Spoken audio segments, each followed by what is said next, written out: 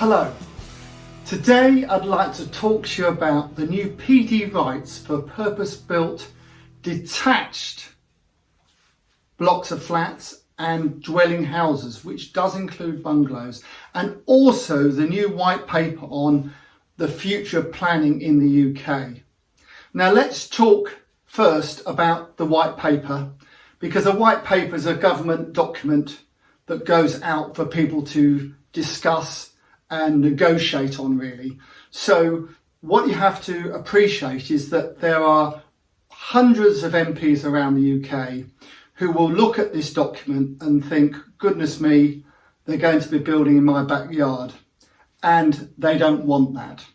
So call me cynical, but the white paper is just a white paper, and what comes out of that may be a much more diluted version of what currently the government are trying to do. So I want to park that, if I may, today to one side, because there's no point talking about things that are never going to happen. Some of it will, but not all of it. And until we know what is going to happen, there's not much point talking about it. Today, let's concentrate on the exciting news, or is it, about new PD rights.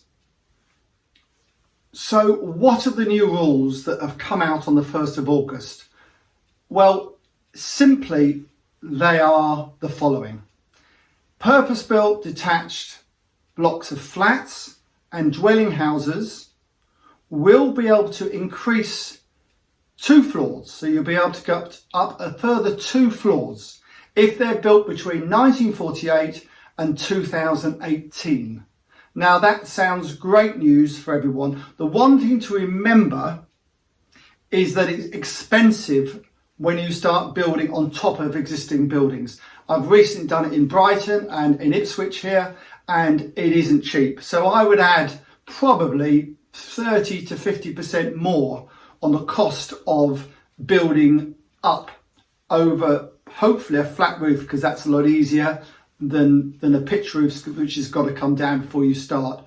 It's very expensive because of cranes and everything else you need. So just bear that in mind. Just because you can do it doesn't always mean you should. Now we're talking about the good news, let's talk about the exclusions, the things you cannot do under this new rule. The government have given the planning authority far more power to not allow this PD than they have under the old PD, which was offices to residential, which of course is still going now. So offices to residential, that hasn't changed. The new PD is for the purpose-built blocks of flats and dwelling houses. So if it's in a conservation area, you can't do it. If it's a listed building, you can't do it. So they're 2 really basic things you need to check. Now, the rest is a little bit more difficult. They're saying that the local authority need to be happy about the transportation. They need to be happy about what the building around them is going to be like. So is it going to affect other people's quiet enjoyment? And on that basis, they can turn it down. They can turn it down on the appearance of the building, which to me really means that if the planners don't want you to have the PD, they can get out of it anytime they want by just saying, we don't like the appearance of the building. And of course, the appearance of the building will change because you're putting another 2 floors on. So, you know, whether you put a mansard roof on it, which is on an angle and then flat at the top, or whether you go straight up, it will change the appearance of these buildings. And also, there is a rule that says if it affects other people surrounding that building, well, for me, it's definitely going to, especially while the work's going on, because it's very difficult to develop a building while there are other people living there. It's really difficult, because at some point you've got to cut off the water, you've got to cut off the electric for half a day or a day maybe. You know, you can only work certain hours, but it's going to be noisy. More people working from home, so they're not going to be happy about that because they won't have quiet enjoyment. They can report you to the council. The council come down and cease work. You can't work Saturdays and Sundays anyway. So it's a challenge. So building up over other people while they're in situ is very, very difficult and very challenging. And as I said earlier, much more expensive than just the traditional build would be. So please be very careful. There is a whole list of other issues that you have to adhere to.